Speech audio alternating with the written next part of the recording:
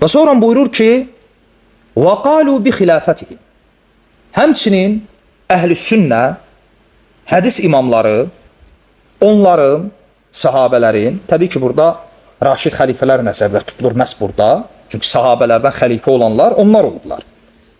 Onların xilafətlərinin haqq olduğunu deyirlər.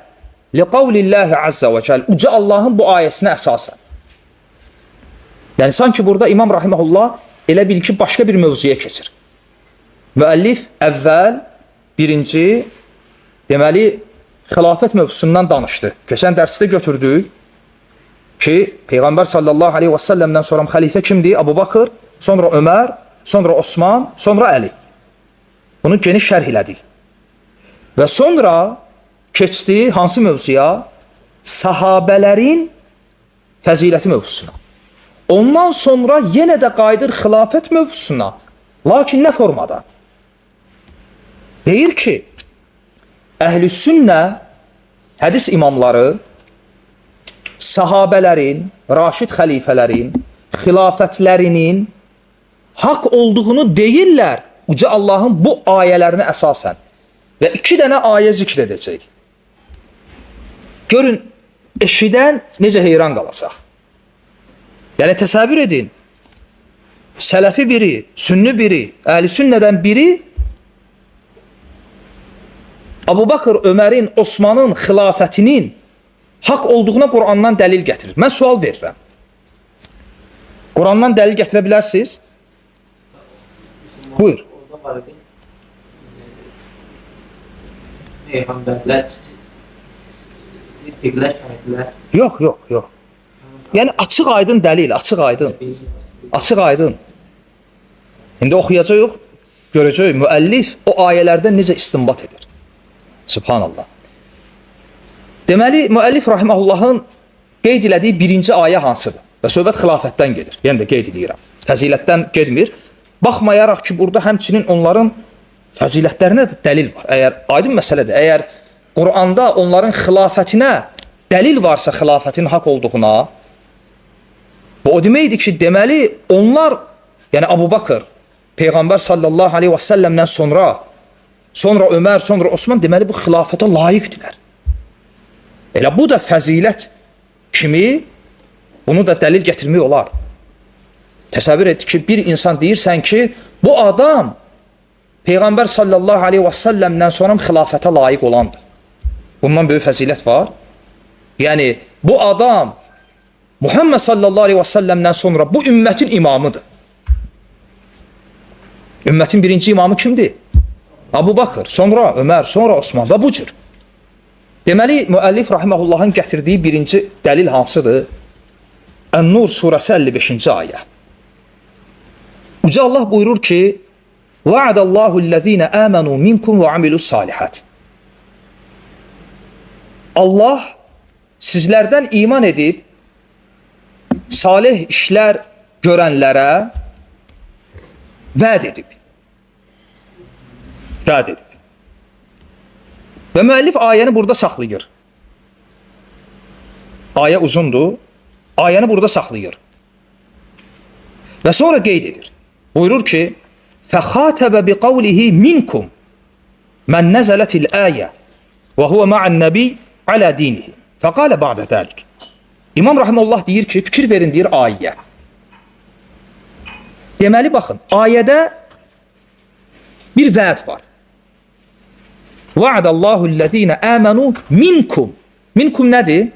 Ona görə müəllif Rahimullah buyurur ki, فَخَاتَبَ بِقَوْلِهِ مِنْكُمْ Ayədə Allah Azza və Cəllə minkum xitabı ilə xitab edir. Minkum nədir? Yəni sizlərdən. Yəni, müəllif Rahimullah demək istəyir ki, bu ayə nazil olanda yer üzündə iman edib salih əməl görənlər kimləri idi? Allah Rasulunun əshabı. Yəni, yer üzündə Allah Rasulunun əshabından başqa iman vəsfi ilə, salih əməl vəsfi ilə vəsflənən başqa bir qövm yox idi. Və ayə də kimlərə nazil olub? Mən nəzələtil əyə. Müəllif deyir. Və huve ma'an nəbi alə dinihi.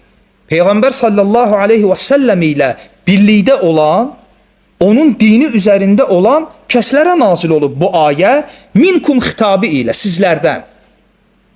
Deməli, Allah subhanahu və teala'nın buradakı vədi Peyğəmbərədir, yoxsa sizlər xitabı ilə xitab etdiyi sahabələrə. İndi görək o vəd nədir? 3 dənə vəd var. Bunu qeyd edəndən sonra müəllif deyir, fəqalə ba'də zəlik. Bundan sonra uca Allah buyurur, ayənin davamını gətirir. Birinci vəd, liyəstəxlifənnəhum fil ardı kəməstəxləfəlləzinə min qablihim. Sahabələrə xitab edir və deyir, Allah vəd edib ki, burada şərt qoşmaqdan getmir, ha söhbət, vəddən gedir. İnnəlləhə lə yuxliful mi'ad. Allah öz vədinə xilaf çıxmaz. Və Allahın vədi baş verdi, vermədi? Baş verdi. Baxın vədinə.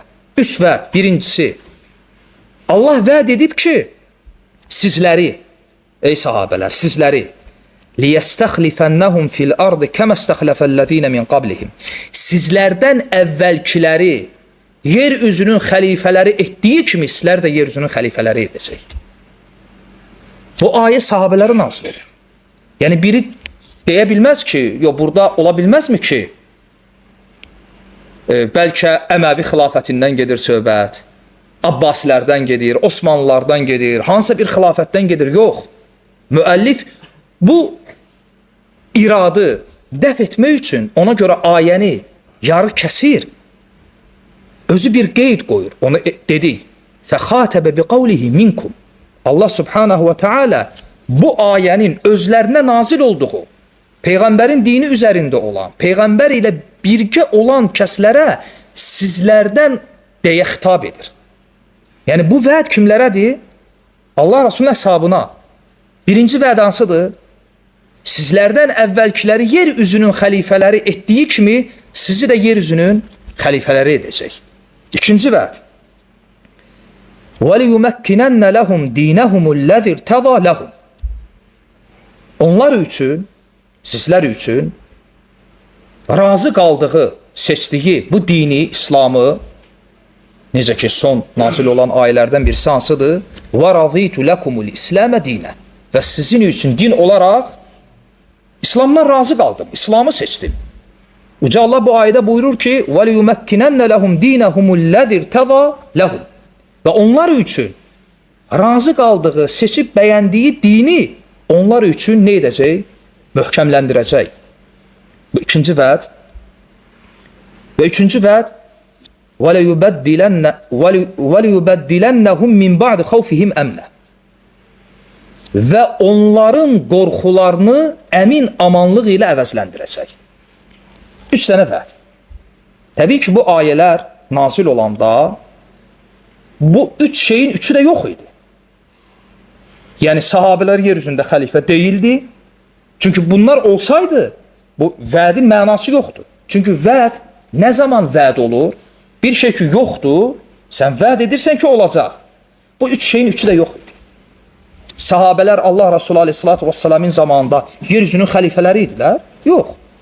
Allah Resulü Aleyhisselatü Vesselam özü belə Mədinəyə hökm verirdi. Mədinədə nazil olan ayədir. Heç Məkkəyə belə hökm vermirdi. Mədinə rəhbəri idi bir şəhərin və Mədinə ətrafında olan bəzi qəbilələrin. Belə bir vəziyyətdə ayə nazil olur və vəd də sahabələrədir. Bu ayə nazil olanda sahabələr yer üzünün xəlifələr deyildi. Din güclü idi, yoxsa zəif idi? Din zəif idi. Onlar qorxu içində idilər, yoxsa tam əmin amanlıqda idilər.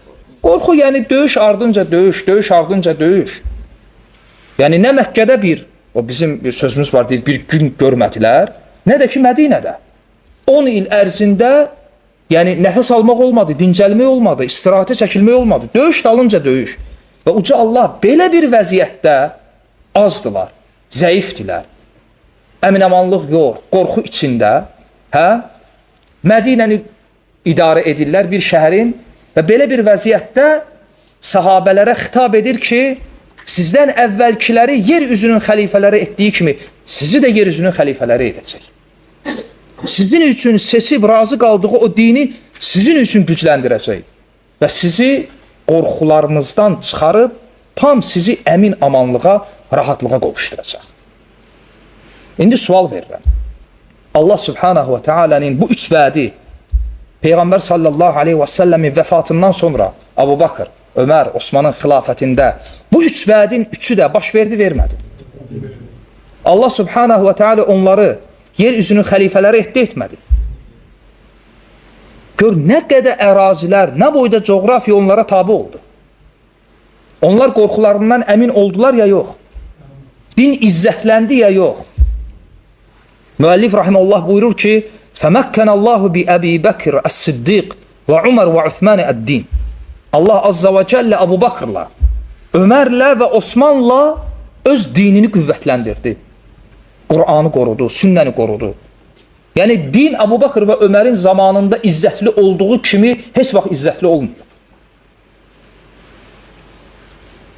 Va'adallahu aminin. Müəllif rahimehullah buyurur. Yağzun və la yuğzavun. Və yuxifunəl adu və la yuxifuhumul adu.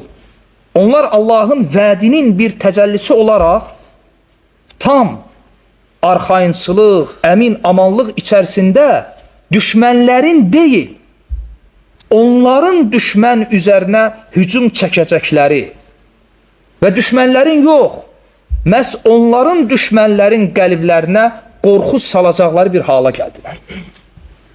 Uca Allah nə buyurur? Ayədə, öz vədində bu dini sizin üçün qüvvətləndirəcək və sizi qorxularınızdan əmin edəcək. Və müəllif rahimehullah deyir ki, bütün bunlar Uca Allahın bu üç vədi hamısı Abu Bakır, Ömər və Osmanın xilafətində baş verdi. Allah Azza və Cəllə onları yer üzünün xəlifələri etdi və artıq elə bir vəziyyətə gəlib çıxdılar ki, artıq düşmən onların üzərinə hücum etmirdi. Onlar düşmən üzərinə hücum edirdilər. Düşmən onların qəlblərinə qorxu salmırdı. Onlar düşmənlərin qəlblərinə qorxu salırdılar. Və dinin də ən izzətli olduğu, ən güclü olduğu vaxtlar idi. Bu Raşid xəlifələrin dövrləri. Bu deməli birinci ayədir. Fikir verdiniz. Yəni bu ayə İmam rahimehullah buyurur ki, وَقَالُوا بِخِلَافَتِهِمْ لِقَوْلِ اللّٰهِ عَزَّ وَجَلِ Yəni əhl-i sünnə, hədis imamları bu ayəyə əsasən deyirlər, etiqad edirlər ki, Abu Bakır, Ömərin, Osmanın xilafəti haqdır. Bu ayə əsasən. Sual verilə bilər ki, bəs Əlinin adını nə üçün çəkmədin? Çünki müəllif çəkmədi. Yaxşı, nə üçün müəllif çəkmədi? Çünki Əli radiyallahu anhunun xilafətinə biz onsuz da etiraz etmirik. Etiraz başqa yerdən gəlib. Rafizlər tərəfdən o gələn etiraz da Əliyə qarşı deyil. Abu Bakır, Ömər, Osmana qarşı. Ona görə bunlar müdafiə olunur. Məqsəd budur. Yoxsa ayrılmır. Və axırda onu qeyd edəcək, bir yaxşı qayda gətirəcək. Deməli, sual verilsə ki, bundan sonra artıq bildiniz. Ən-Nur surəsi 55-ci ayə. Yəni, sual verilsə ki, Abu Bakır, Ömər, Osmanın xilafəti haqdır, dəlil, Ən-Nur surəsi 55-ci ayə. Bu ayə dəlildir ki, bu sahabələri xilafəti haqdır. Və bu Allahın vədi idi. Və Allah öz vədini yerinə yetirdi. Allah öz vədini onların əli ilə yerinə yetirdi. Aydındır. İndi ikinci ayəyə baxın. Bu ondan da dəhşətdir. Çünki bir yox, bir neçə ayədir. Görün İmam rahimehullah bu ayələrdən necə nəticə çıxaracaq. Lakin diqqətli olun. Çünki bəzi şeylər var, qeyd edəcəm ki, onları yadda saxlayın. Sonra qeyd edəcəyi ayədə ora qaydacaq. Hətta bu ayə ilə o ayəni birlikdə başa düşüb, ondan sonra nəticə hasil olacaq. Deməli, İmam rahimehullah buyurur ki, وَقَالَ عَزَّ وَجَلْ لِقَوْمٍ تَخَلَّفُوا عَنْ نَبِيِّهِ عَلَيْهِ الصَّلَاةُ وَالسَّلَامِ فِي الْغَزْوَةِ الَّتِي نَدَبَهُمُ اللّٰهُ عَزَّ وَجَلَّ بِقَوْلِهِ Yəni, Allah Azza və Cəllə döyüşdə, söhbət Təbuk döyüşündən gedir, hicrətin 9-cu ili. Peyğəmbər sallallahu aleyhi və səlləmin vəfatından neçə il qabaq? Bir il qabaq. baş vermiş döyüşdür. Təbuk döyüşü. Allah Resulü Aleyhisselatü Vesselam'ın zamanında ən böyük döyüşdür. Döyüş olub. Bu döyüşdə bəziləri, xüsusən də bədəvi ərəblər bu döyüşdən geri qaldılar. Onlar döyüşə çağırılanda o bədəvi ərəblər, onlar sahabə idilər. Təbii ki, Allah Resulünü görmüşdülər, amma Allah Resulü Aleyhisselatü Vesselam'ın yanında olan, daima məscidində olan, daima onun tərbiyəsi altında yetişmiş sahabələr kimi deyildilər. Və onlardan bir qismi, həmin bədəvi ərəblərdən bir qismi bu döyüşdən geri qaldılar. Döyüşdə iştirak etmədilər. Cürbəcür bəhanələrlə. Və Allah Subhanahu və Teala buna görə onları azarlayır. Və sonra bu ayəni nazil edir. Tövbə surəsi 83-cü ayə. Yoxsa 83-cü? Hə, 83-cü. Deməli, Uca Allah buyurur ki, ayədə فَإِنْ رَجَعَكَ اللّٰهُ إِلَى طَائِفَةٍ مِّنْهُمْ فَاسْتَأْذَنُوكَ لِلْخُرُوجِ Sən onlardan bir tayfanın yanına qayıtsan, yəni o bədəvi ərəblər, onlar tayfa yaşamırdılar. Biri Mədinənin şimalında, biri cənubunda, yəni tayfalar idi. فَإِنْ رَجَعَكَ اللّٰهُ إِلَى طَائِفَةٍ مِّنْهُمْ Yəni əgər Allah səni onlardan bir tayfanın yanına qaytarsa, فَاسْتَأْذَنُوكَ لِلْخُرُوجِ Fikir verin. Və onlar da döyüşə çıxmaq üçün səndən izin istəsələr, Təbuk döyüşündən sonra peşman olublar. İndi növbəti döyüşlərə çıxmaq üçün Peyğəmbər sallallahu aleyhi və səlləmdən izin istəyəcəklər.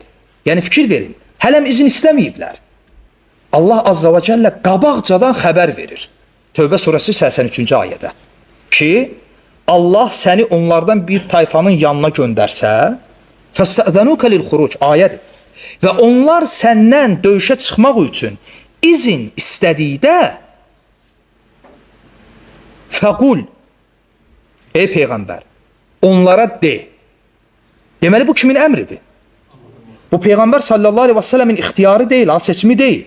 Allahın əmridir. Əmrə fikir verin. فَقُلْ onlara de. لَنْ تَخْرُجُوا مَعْيَ əbədə Bundan sonra heç vaxt mənimlə döyüşə çıxmayacaqsınız. Heç vaxt. Lən təxrucu ma'yə əbədə. Və lən tuqatilu ma'yə aduvə. Mənimlə birlikdə heç vaxt düşmənlə savaşmayacaqsınız. Vəssalam. Allahdan bir azarlamadır. Bir qınaqdır. Və Peyğəmbərə əmr edir ki, onlara belədir. Səndən izin istəyəcəklər. Onlara de ki, heç vaxt. Burada həm nəhi var, həm qadağa var, həm də xəbər var. Yəni həm bir növ Allah azza və cəllə nəhy edir, həm də xəbər verir ki, sizə bu nəsib olan deyil. Aydın oldu. Çünki onsuz da bu Təbuk döyüşündən bir il sonra Peyğəmbər sallallahu aleyhi və səlləm vəfat edir. Doğrudan da o bədəvi ərəblər hansılar ki, Təbuk döyüşündən geri qalmışdılar, bir daha Peyğəmbər sallallahu aleyhi və səlləm ilə döyüşə çıxmaq onlara nəsib olmur. Çünki Allah azza və cəllə həm qadağan edir, həm də bunu xəbər verir ki, bu belə olacaq. Ey Peyğəmbər, onlara de ki, siz bundan sonra heç vaxt mənimlə döyüşə çıxmayacaqsınız. Əziyyət çəkib, yəni izin istəməyin. وَلَنْ تُقَاتِلُوا مَعْيَ عَدُوَّ Və heç vaxt mənimlə birgə düşmənlə döyüşməyəcəksiniz. İnnəkum radiytum bil-qu'ud əvvəl mərra Necə ki, siz o birinci dəfə oturmağa, evinizdə qalmağa razı qaldınız, fəq'udu ma'al xalifin. Elə indi də evlərində oturanlarla birgə siz də oturun. Qalın geri. Bu Allahdan bir cəza idi. Bu yeri yadda saxlayın. Hansı yeri? Allahın Peyğəmbərə əmrini. Ey Peyğəmbər, de ki, siz bir də bundan sonra mənimlə döyüşə çıxası deyilsiniz. Mənimlə birgə düşmənlə vuruşası deyilsiniz. Bu aydın oldu. Bunu biləndən sonra müəllif rahimehullah görün nə deyir.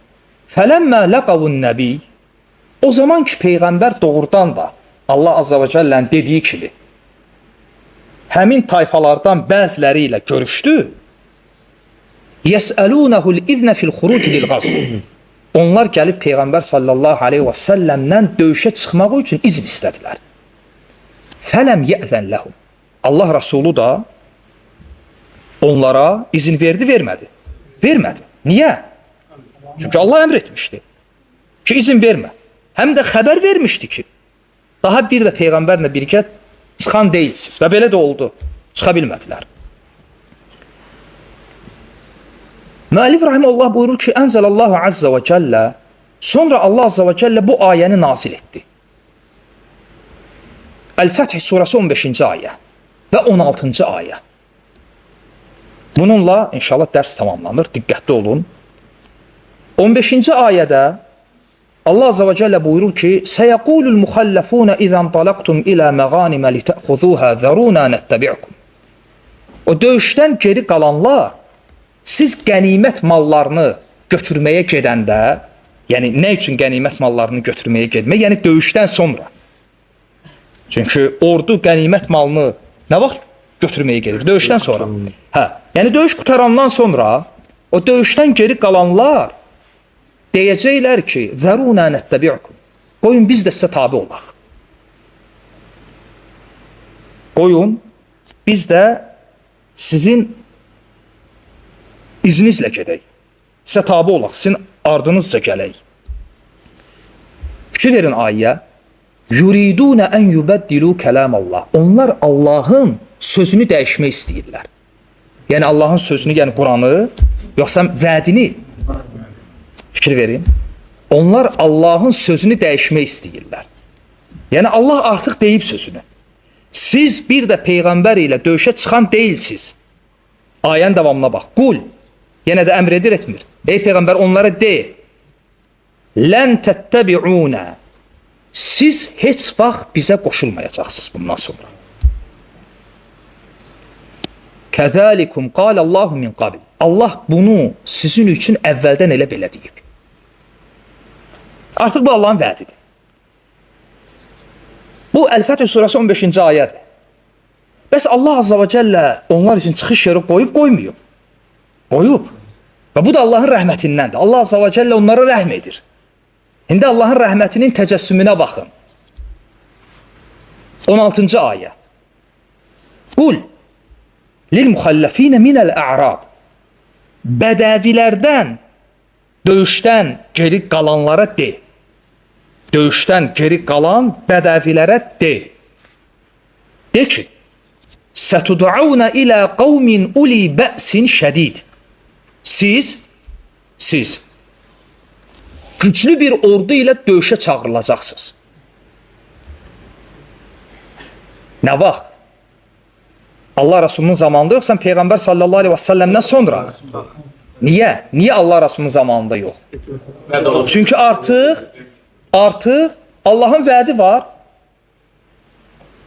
Allah öz vədindən çıxası deyil. Peyğəmbər sallallahu aleyhi və səlləmə də əmr edib ki, onlara de ki, lən tuqatilu ma'iyə aduvvə. Mənimlə birgə bundan sonra heç bir düşmənlə döyüşəsi deyilsiniz, döyüşə çıxası deyilsiniz. Amma fikir ver, sonra Allah azza və cəllə həmin o bədəvi ərəblərə deyir ki, ey Peyğəmbər onlara de ki, Sətud'avun, yəni gələcəkdə. İlə qavmin uli bə'sin şədid. Siz güclü bir qövm ilə döyüşə çağırılacaqsınız. Tuqatilunahum av yuslimun. Ya onlarla savaşacaq, ya da onlar öz xoşlarına İslamı qəbul edəcəklər. Bilirdiniz, o zaman xəlifələrin dövründə necə idi? Ya döyüşürdülər, ya da döyüşsüz həmin qövm İslamı qəbul edirdi, döyüşmürdülər. Uca Allah bunu buyurur.